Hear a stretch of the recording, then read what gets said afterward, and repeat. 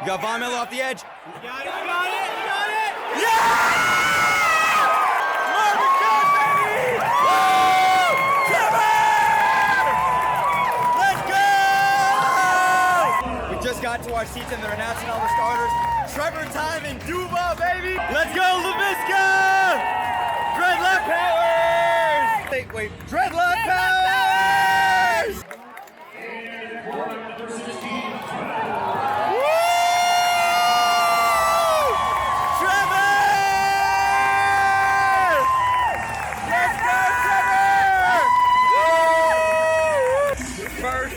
Of the Trevor Lawrence, Urban Meyer era.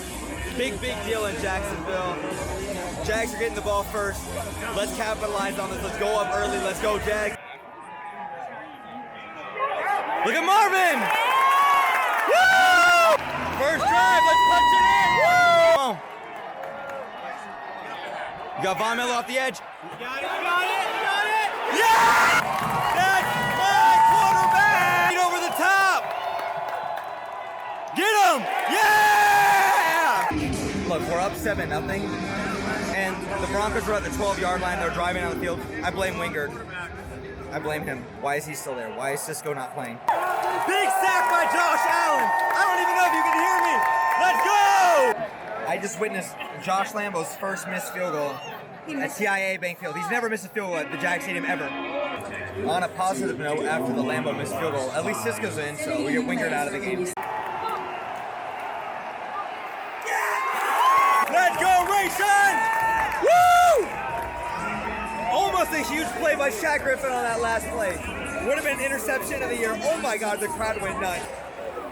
Lambo at the end of the half missing a field goal, man. What is going on, bro? That's 13-7 or 13-10 we could be up right now with 19 seconds in the half. Come on, man. Come on, Lambo. Second half just began. The Jags defense needs to create a turnover, get some momentum, get this home crowd feeling it. I said it in the preview and I'm saying it again.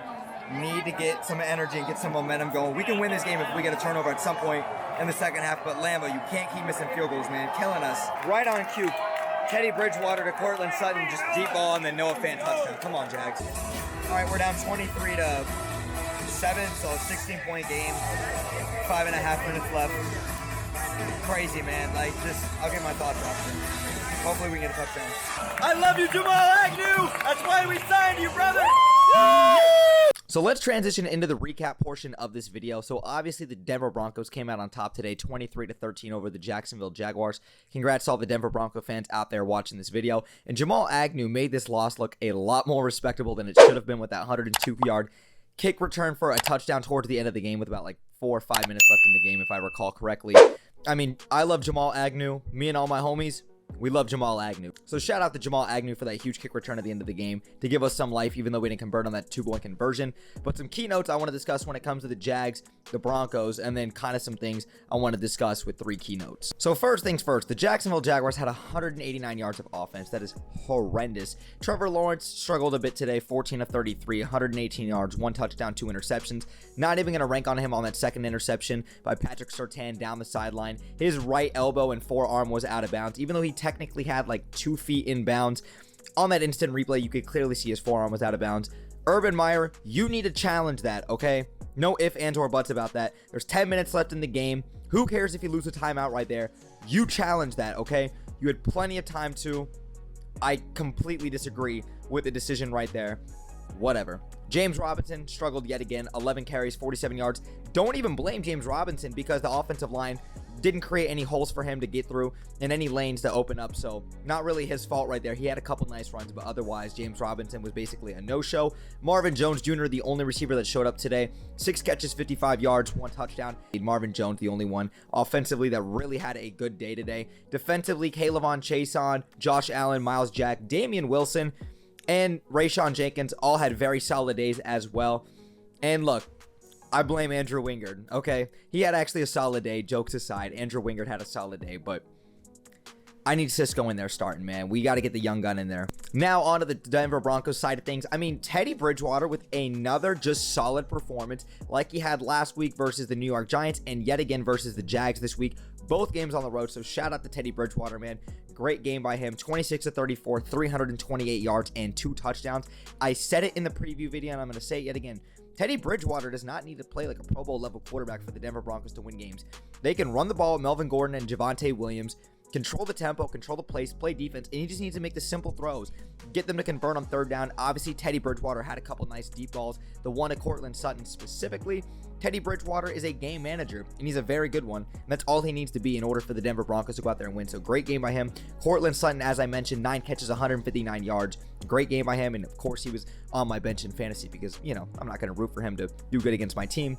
And then I want to transition really into like 3 specific topics when it comes to this game and 3 takeaways I really had.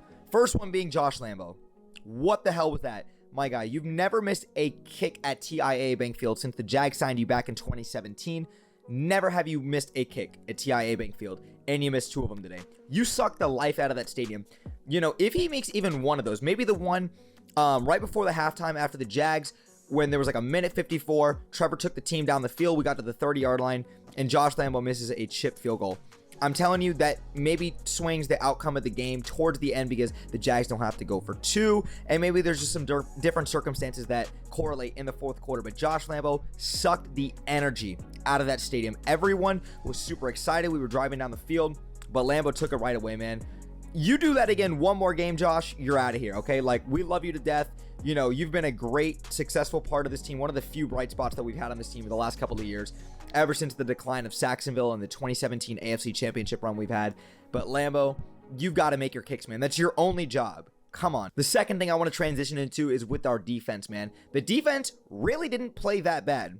In all honesty, they really didn't. They held them to under 100 yards rushing. I understand Teddy Bridgewater had over 300 yards passing, but defensively, we're not playing that bad if you actually watch. My biggest thing is when it comes to Houston, and I said it, and same thing versus Denver this week, you got to get takeaways. Get the momentum, get the home crowd pumped up and feeling it. Get the stadium to erupt. You need that swing in momentum when it comes defensively. I understand you bring the energy. You had 2 sacks out there today. Had some nice tackles for losses as well. But you need timely turnovers. Get that fumble recovery. Force a fumble, for God's sake. Get an interception. I mean, Shaq Griffin almost had interception of the year earlier today. But man, you've got to get some turnovers defensively. That is killing us. And then the last thing I'm going to discuss really has to be Trevor Lawrence. I mean, how could I not? You know, the offensive line, I don't think is playing as bad as maybe people are saying. Granted, they're not perfect. They're not that good at all. But there's definitely some times where Trevor's just kind of holding the ball, maybe a bit too long, kind of eyeing just 1 or 2 receivers down the seam. Trevor needs to definitely get out of the pocket a little bit more, kind of escape and elude out of the pressure, which he's very capable of doing. He did better in the second half when it comes to that, but the offensive line definitely still needs to be addressed, still needs to be worked on. And then when it comes to Trevor, hopefully he doesn't continue to struggle a lot, but Trevor, you know, he's one of the few bright spots that is clearly and definitively on this team. And I mean, he's got 4 touchdowns, 5 interceptions through the first 2 games. I understand that's not perfect. Not going to rank on him really for 2 interceptions, but you know, he's young. This guy's going to continue to learn and get better. And you clearly see he's trying, the team's trying to get better. There's definitely improvement I saw in this team this week, which at the end of the day is all I can ask for. This team was much better than the team that showed up week 1. And hopefully we show the same kind of progression week 3 versus the Arizona Cardinals. But that's it for this video. I mean, I hope you guys enjoyed the vlog / the recap. You know, obviously I'll be making more videos throughout the week. You know, got a busier schedule at school now, but obviously a preview video will be coming out for the Arizona Cardinals later this week, and maybe some other videos if I have some more time in my hand. So make sure you guys like, turn on notifications, and hit that subscribe button down below to stay tuned for more Jacksonville Jaguars content this y'all. But 904 Duval Bold City, it's Brett James aka BJ. That's it for this video. I'm out. Peace.